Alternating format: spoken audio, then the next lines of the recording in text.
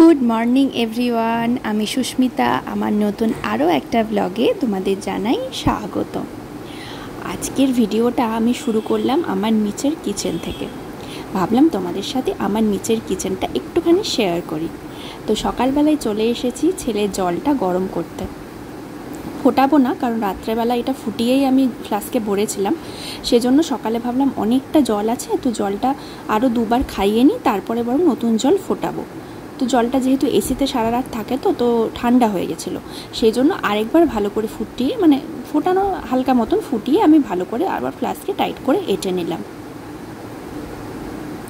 দেখো আমার নিচের কিচেনটা তোমাদের সঙ্গে একটু এক ঝলক দেখিয়ে দিই। এই জিনিসগুলো আমার ছিল আগে, মানে আগে বলতে ধরো আমি যখন প্রেগনেন্ট ছিলাম না, তখন আমি নিচেই সমস্ত কিছু করতাম। রান্নাবান্না বলতে সকালে জল খাবারটা, সন্ধ্যাবেলার কিছু বানানো হলে সেগুলো আমি নিচেই বানিয়ে নিতাম। আর এমনি দুপুরবেলায় যে ভাত টাতটা সেটা উপরেই খাওয়া দাওয়া হতো। তো আজকে মানে যখন নিচের কিচেনটা এসে এইসব কাজগুলো আবার করি না, তখন বেশ আগের দিনগুলোর কথা মনে পড়ে যায়।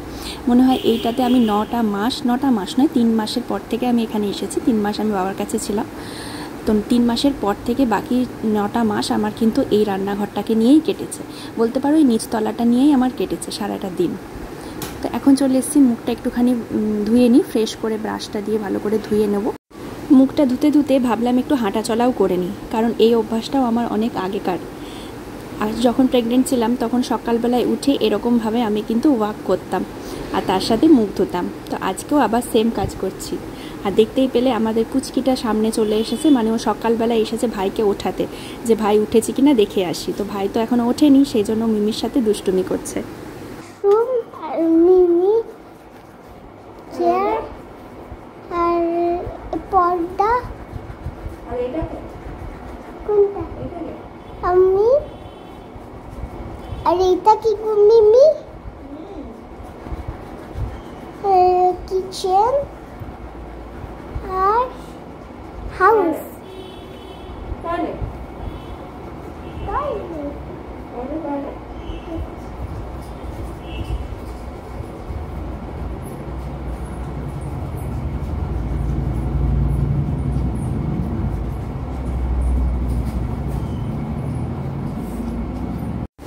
আমার মুখটুক ধোয়া, ফ্রেশ হওয়া একদম কমপ্লিট। তো এখনও আমার ছেলে কিন্তু ওঠেনি, ও ঘুমাচ্ছে, আর এদিকে ওর বাবাও ঘুমাচ্ছে। তো ভাবলাম দুইজনে যখন ঘুমাচ্ছে তখন চলো যেগুলো আমার হাতের কাজ সেগুলো বরং করে নিই। তো হাতের কাজ বলতে জলটা তো রেডি করা হয়ে গেছে, আরেকটা হাতের কাজ যেটা হচ্ছে এই যে বোতলটা আমি স্টেরিলাইজ করব। তো এইটাকে এখন স্টেরিলাইজ করতে দিয়ে দিই, তারপরে চলো বিছানাটা আস্তে আস্তে তুলে নেবো।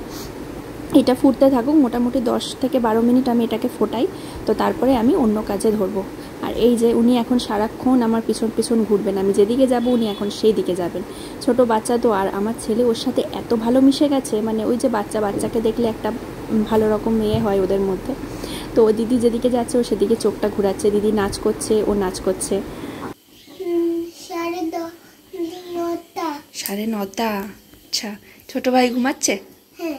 ওঠেনি? না। তুমি ডাকলে? হ্যাঁ। ভাই ভাই করে ডাকলে?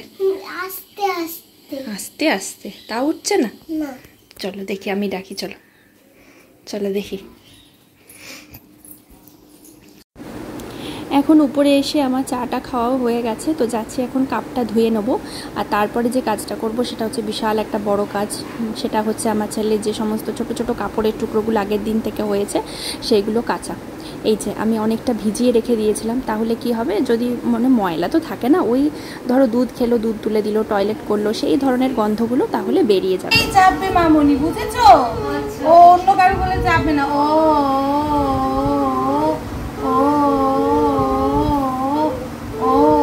কি করছে দেখছি তো, তাকিয়েছে।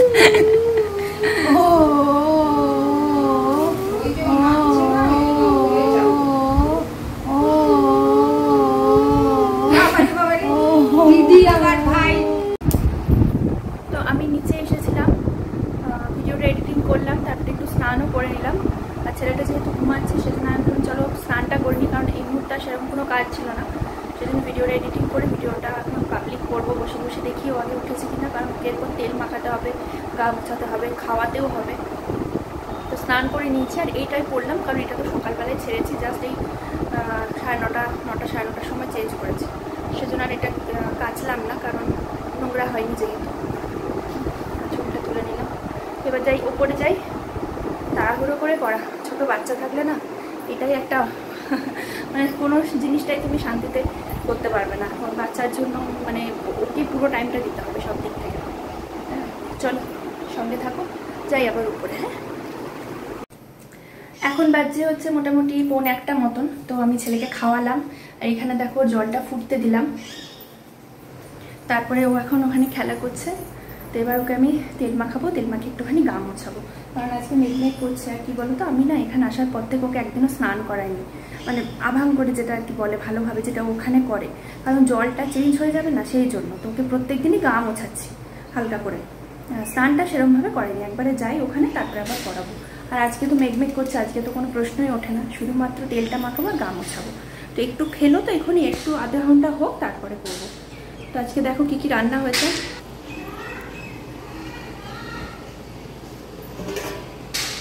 এটা হচ্ছে রাত্রের জন্য চানা মটর, এটা হচ্ছে মাছের তেল,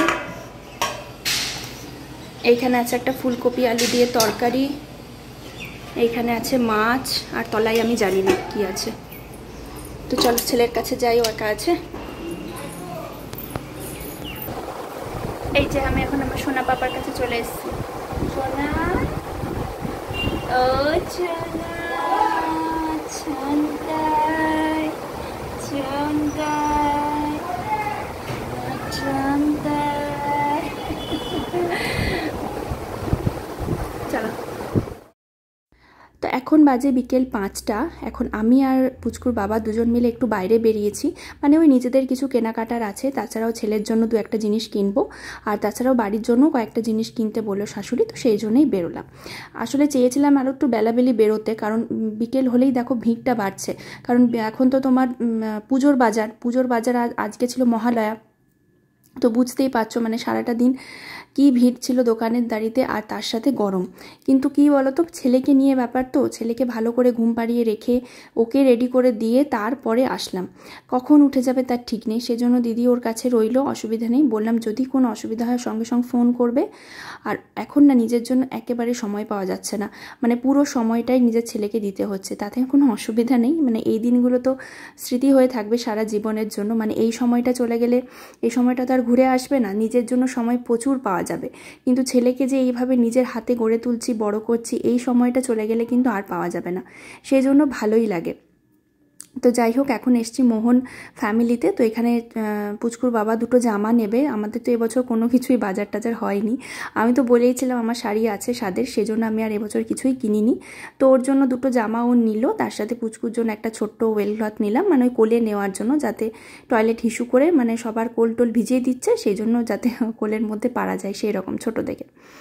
আর এইখানে এসছি একটু রোল খেতে, রোল খেয়ে তারপরে বাড়ি যাব, কারণ অনেকটা দুপুর ভাত খাওয়া হয়েছিল, খিদেও পেয়ে গেছে। তারপরে ঘোরাঘুরি করে, আর তাছাড়া দেখবে একটু পুজোর বাজার করতে আসবো, মানে ওই টুকটাক কেনাকাটা করতে আসবো, আর একটু খাবো না সেটাও হয় না, ভালো লাগে না।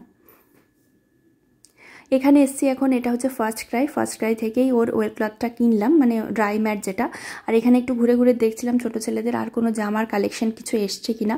তো আপাতত আর কিছু নেই, কারণ এখন যা এবার কেনাকাটা ওর জন্য করব সেটা একেবারে শীতকালের জন্য, এখন পরানোর জন্য ওর প্রচুর জামা কাপড় হয়ে গেছে, সেই জন্য আর কিছু কিনলাম না। তো বাড়ি এসে আজকে দেখছি ছাদে হচ্ছে বাজি ফাটানো, মানে সবাই মিলে বাজি ফাটানো হচ্ছিলো। তো আমি যাইনি, আমি ছেলেকে নিয়ে নিচেই ছিলাম, কারণ ও খিদে পেয়ে গেছিলো, তো ওকে খাওয়াচ্ছিলাম। আর এখানে উপরে আমার বর, ননদ, পুচকিটা সবাই মিলে ছাদের মধ্যে বাজি ফাটাচ্ছিল। আর মহালয়া এলেই কিন্তু মনে হয় একদম মানে পুজো একটা ভাব চলে আসে, তাই না? আজকে মহালয়া, সকাল থেকে মহালয়া একটু হলেও শুনেছি, কারণ ওই যে বললাম এখন ছেলের জন্য কোনো কিছুতেই সময় নেই। ছেলেকে পাশে নিয়ে কিন্তু একটুখানি 10-15 মিনিটের মতন মহালয়া শুনেছিলাম আমি আর ওর বাবা মিলে। আর এখন এই যে দুজন মিলে বাজি ফাটাচ্ছে, মা মেয়ে মিলে। তো দেখবে ছোটোবেলায় যখন বাজি আমরা ফাটাতাম তখন কিন্তু এই ধরনের মজাই হতো, এই যে তুবড়ি, ফুলঝুরি, এই জিনিসগুলো। তো এখন এদের সময় এরা ফাটাচ্ছে, আমি ফাটাইনি, কারণ ছেলেকে নিয়ে আমি নিচে ছিলাম, ওরাই সবাই উপরে যাচ্ছিল, উপরে গিয়েছিল, কারণ ছেলের তখন খিদে পেয়ে গেছিলো। সেজন্য আমি আর বললাম রাতের বেলা ওকে আর বাইরে বার করবো না, তোমরাই যাও ফাটিয়ে এসো, আমি নিচ থেকেই মানে নিচেই আমি থাকছি। তো পুচকুর বাবাকে বললাম তুমি একটু ভিডিওটা আমার জন্য করে দিও। তো ও দেখো এরকম লম্বাটে ভাবে ভিডিও করে দিয়েছে আমার জন্য। তো চলো আজকের মতন ভিডিওটা এখানেই আমি শেষ করলাম। আর কারা কারা মহালয়া শুনলে আমাকে কিন্তু অবশ্যই কমেন্ট করে জানিও। সঙ্গে থেকো, ভালো থেকো। আজকের মতন ব্লগটা শেষ করছি। শুভ মহালয়া আর শুভ অগ্রিম দুর্গাপুজোর শুভেচ্ছা। চলো আজকের মতন টাটা।